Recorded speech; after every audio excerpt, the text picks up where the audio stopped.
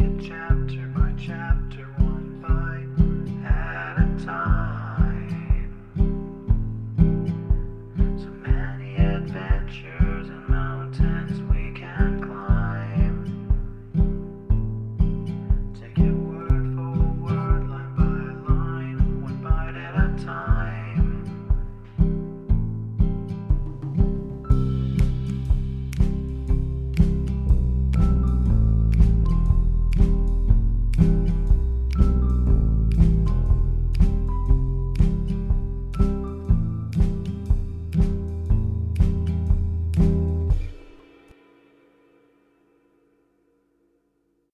Welcome to Bite at a Time Books, where we read you your favorite classics one bite at a time. My name is Bree Carlile, and I love to read, and wanted to share my passion with listeners like you. If you want to know what's coming next and vote on upcoming books, sign up for our newsletter at biteatatimebooks.com. You'll also find our new t-shirts in the shop, including podcast shirts and quote shirts from your favorite classic novels. Be sure to follow my show on your favorite podcast platform so you get all the new episodes. You can find most of our links in the show notes, but also our website, biteatatimebooks.com, includes all of the links for our show, including to our Patreon to support the show, and YouTube, where we have special behind the narration of the episodes. We're part of the Bite at a Time Books Productions Network. If you'd also like to hear what inspired your favorite classic authors to write their novels, and what was going on in the world at the time, check out the Bite at a Time Books Behind the Story podcast, wherever you listen to podcasts. Please note, while we try to keep the text as close to the original as possible, some words have been changed to honor the marginalized communities who've identified the words as harmful, and to stay in alignment with Bite at a Time Books' brand values. Today we'll be continuing 20,000 Leagues Under the Sea by Jules Verne. Chapter 7. The Mediterranean in 48 Hours. The Mediterranean. The blue sea par excellence, the great sea of the Hebrews, the sea of the Greeks, the mare nostrum of the Romans, bordered by orange trees, aloes, cacti, and sea pines, embalmed with the perfume of the myrtle, surrounded by rude mountains, saturated with pure and transparent air but incessantly worked by underground fires. A perfect battlefield in which Neptune and Pluto still disputed the empire of the world. It is upon these banks, and on these waters, says Michelet, that man is renewed in one of the most powerful climates of the globe. But beautiful as it was, I could only take a rapid glance at the basin, whose superficial area is 2 million of square yards. Even Captain Nemo's knowledge was lost to me, for this puzzling person did not appear once during our passage at full speed. I estimated the course which the Nautilus took under the waves of the sea at about 600 leagues, and it was accomplished in 48 hours. Starting on the morning of the 16th of February from the shores of Greece, we had crossed the Straits of Gibraltar by sunrise on the 18th.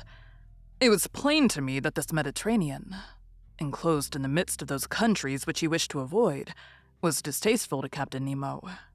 Those waves and those breezes brought back too many remembrances, if not too many regrets. Here he had no longer that independence and that liberty of gait which he had when in the open seas, and his Nautilus felt itself cramped between the close shores of Africa and Europe. Our speed was now 25 miles an hour. It may be well understood that Ned Land, to his great disgust, was obliged to renounce his intended flight. He could not launch the pinnace, going at the rate of 12 or 13 yards every second. To quit the Nautilus under such conditions would be as bad as jumping from a train going at full speed. An imprudent thing, to say the least of it.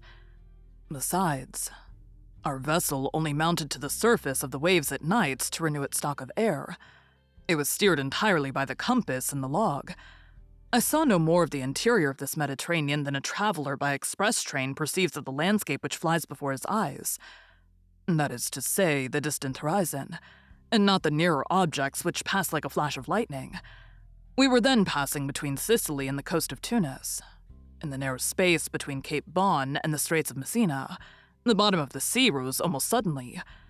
There was a perfect bank, on which there was not more than 9 fathoms of water, whilst on either side of the depth was 90 fathoms. The Nautilus had to maneuver very carefully so as not to strike against this submarine barrier. I showed Conseil on the map of the Mediterranean the spot occupied by this reef. But if you please, sir, observed Conseil, it is like a real isthmus joining Europe to Africa. Yes, my boy. It forms a perfect bar to the Straits of Libya, and the soundings of Smith have proved that in former times, the continents between Cape Boko and Cape Furina were joined. I can well believe it, said Conseil. I will add, I continued, that a similar barrier exists between Gibraltar and Ceuta, which in geological times formed the entire Mediterranean. What if some volcanic burst should one day raise these two barriers above the waters? It is not probable, Conseil. Well, but allow me to finish, please, sir. If this phenomenon should take place, it will be troublesome for Monsieur Lesseps, who has taken so much pains to pierce the isthmus. I agree with you. But I repeat, Conseil, this phenomenon will never happen. The violence of subterranean force is ever diminishing. Volcanoes, so plentiful in the first days of the world, are being extinguished by degrees. The internal heat is weakened. The temperature of the lower strata of the globe is lowered by a perceptible quantity every century to the detriment of our globe, for its heat is its life. But the sun? The sun is not sufficient, Conseil. Can it give heat to a dead body? Not that I know of. Well, my friend, this earth will one day be that cold corpse. It will become uninhabitable and uninhabited like the moon, which has long since lost all its vital heat. In how many centuries? In some hundreds of thousands of years, my boy. Then, said Conseil, we shall have time to finish our journey. That is, if Ned Land does not interfere with it. And Conseil, reassured, returned to the study of the bank, which the Nautilus was skirting at a moderate speed. During the night of the 16th and 17th February, we had entered the second Mediterranean basin, the greatest depth of which was 1,450 fathoms. The Nautilus, by the action of its crew, slid down the inclined planes and buried itself in the lowest depths of the sea. On the 18th of February, about 3 o'clock in the morning, we were at the entrance of the Straits of Gibraltar. There once existed two currents, an upper one, long since recognized, which conveys the waters of the ocean into the basin of the Mediterranean, and a lower countercurrent, which reasoning has now shown to exist. Indeed, the volume of water in the Mediterranean, incessantly added to by the waves of the Atlantic and by rivers falling into it, would each year raise the level of the sea, for its evaporation is not sufficient to restore the equilibrium. As it is not so, we must necessarily admit the existence of an undercurrent, which empties into the basin of the Atlantic through the Straits of Gibraltar, the surplus waters of the Mediterranean. A fact indeed, and it was this countercurrent by which the Nautilus profited. It advanced rapidly by the narrow pass. For one instant, I caught a glimpse of the beautiful ruins of the Temple of Hercules, buried in the ground, according to Pliny, and with a low island which supports it. And a few minutes later, we were floating on the Atlantic. Thank you for joining Bite at a Time Books today, while we read a bite of one of your favorite classics. Again, my name is Bree Carlile, and I hope you come back tomorrow for the next bite of 20,000 Leagues Under the Sea. Don't forget to sign up for our newsletter at biteatatimebooks.com and check out the shop. You can check out the show notes or our website, biteatatimebooks.com, for the rest of the links for our show. We'd love to hear from you on social media as well.